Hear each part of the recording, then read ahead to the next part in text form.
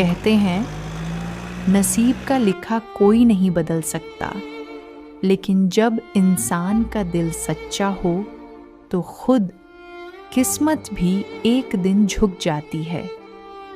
ये कहानी है उसी मोड़ की जहां एक छोटी सी उम्मीद ने जिंदगी बदल दी।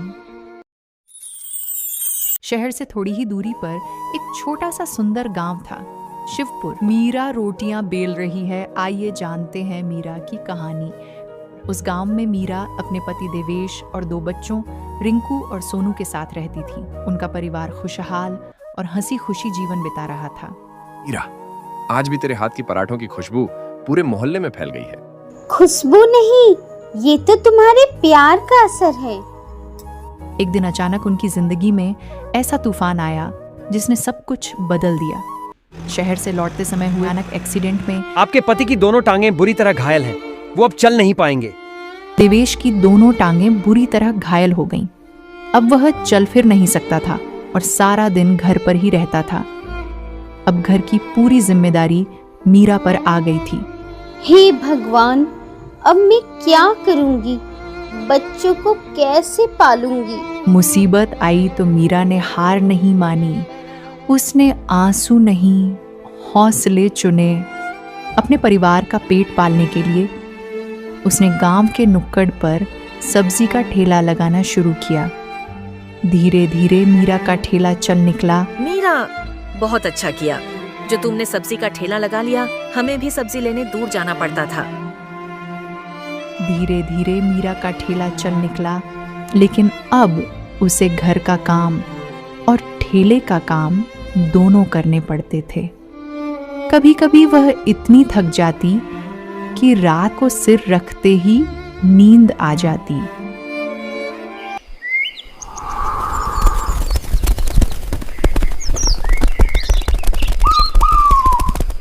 एक दिन कमला दीदी ने कहा, अरे मीरा बहन, आज तो बड़ी थकी थकी लग रही हो। हाँ दीदी, कल देर रात तक ठेले की सब्जियां तैयार कर रही थी और सुबह सुबह मंडी भी जाना पड़ा। बस थोड़ी थकान है। कमला बोली, थोड़ा अपने शरीर का भी ध्यान रखो बहन। बीमार पड़ गई तो ये मेहनत बेकार जाएगी। बस दीदी, ये सब्जियां बिक जाए तो घर जाकर आराम कर लूंगी। शाम तक मीरा की सारी सब्जियां बिक जाती है। शाम को मीरा घर लौटती है। देवेश पूछता है, कैसा रहा आज का दिन? ठीक ठाक रहा जी, सारी सब्जियां बिक गई। कल फिर सुबह जल्दी उठकर ताजी सब्जियां लानी होगी। देवेश उदास स्वर में, मुझे माफ कर दो मीरा, मेरी वजह से तुम्हें सब कुछ अकेले करना पड़ रहा है। मीरा ने उसके हाथ थामते हुए कहा, ऐसा मत कहिए, आप है तो हिम्मत है, मैं सब संभाल लूंगी। चलिए अब जल्दी सोते हैं, खाना खाकर सुबह मंडी भी जाना है।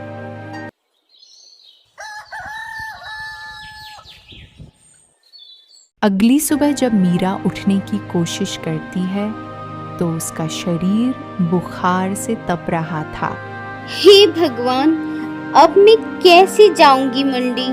अगर आज ठेला नहीं लगा तो घर का खर्च कैसे चलेगा? तबीयत बिगड़ने के कारण वह 3 दिनों तक ठेला नहीं लगा पाई। जब मीरा ठीक हुई और बाजार पहुंची तो उसने देखा कि उसकी जगह पर एक नया ठेला वाला अपना ठेला लगा चुका है, मगर सब लोग उसी से सब्जी खरीद रहे थे। पूरा दिन बीत गया, एक भी सब्जी नहीं बिकी। घर लौटकर देवेश ने पूछा, क्या हुआ मीरा, बहुत उदास लग रही हो? आज एक भी सब्जी नहीं बिकी जी, सब उसी नए आदमी से खरीद रहे थे। कोई बात नहीं मीरा, आज नहीं तो कल सही, हार मत मानो। हाँ, आप बिल्कुल सही कह रहे हैं, मुझे हिम्मत नहीं हारनी चाहिए। मैं कल फिर से बाजार में सब्जी का ठेला लगाऊंगी।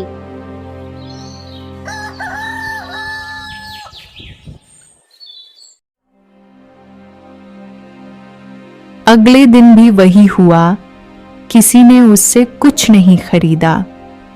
मीरा ठेले पर बैठी सोचती रही, ऐसी तो सब्जियां सड़ जाएंगी, अब क्या करूं? तभी उसे एक विचार आया। क्यों ना इन सब्जियों से पाव भाजी बनाई जाए और इसी ठेला से लगाया जाए। वह तुरंत घर जाकर यह बात देवेश को बताती है। देवेश मुस्कुराकर कहता है, बहुत बढ़िया सोच है मीरा, कोशिश करो, भगवान साथ देगा। अगले ही दिन मीरा ने अपने पुराने ठेले को पाव भाजी ठेला बना दिया। चारों ओर उसकी बनाई पाव भाजी की खुशबू फैल गई। लोग रुकने लगे, स्वाद चखा और देखते ही देखते भीड़ लग गई। सबको मीरा की बनाई पाव भाजी बहुत पसंद आई। धीरे धीरे उसका ठेला गांव की सबसे मशहूर जगह बन गया। उस दिन शिवपुर के बाजार में एक नई खुशबू फैली थी। वो सिर्फ पाव भाजी की नहीं, बल्कि एक औरत के संघर्ष की खुशबू थी।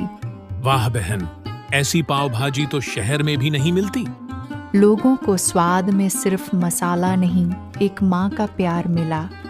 जिंदगी का खेल अजीब है, कभी वो सब कुछ छीन लेती है तो कभी उसी के हाथों नई राहें दे देती है।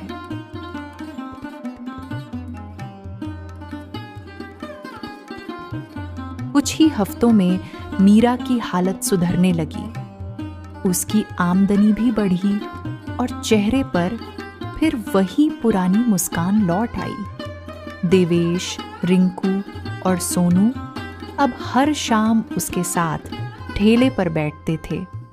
सारी थकान पिघल जाती जब लोग कहते, वाह क्या बात है।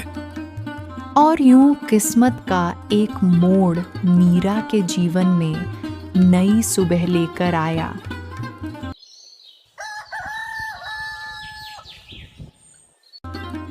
अब वही लोग जो पहले उसके ठेले से सब्जी नहीं खरीदते थे, हर शाम उसके ठेले पर बैठकर प्यार से कहते, मीरा दीदी आज 2 प्लेट पाव भाजी देना। वाह, मीरा की पाव भाजी का कोई जवाब नहीं। इस कहानी का संदेश यह है कि हिम्मत करने वाले की हार नहीं होती। अगर रास्ते बंद दिखें तो मंजिल बदल लो, पर कोशिश करना कभी मत छोड़ो। जिंदगी में हारने वाला वही नहीं होता जो गिर जाता है। हारने वाला वो होता है जो अपने नसीब पर यकीन करना छोड़ देता है। याद रखना, नसीब का खेल चाहे जैसा भी हो, अगर दिल सच्चा हो तो भगवान कभी अन्याय नहीं करते।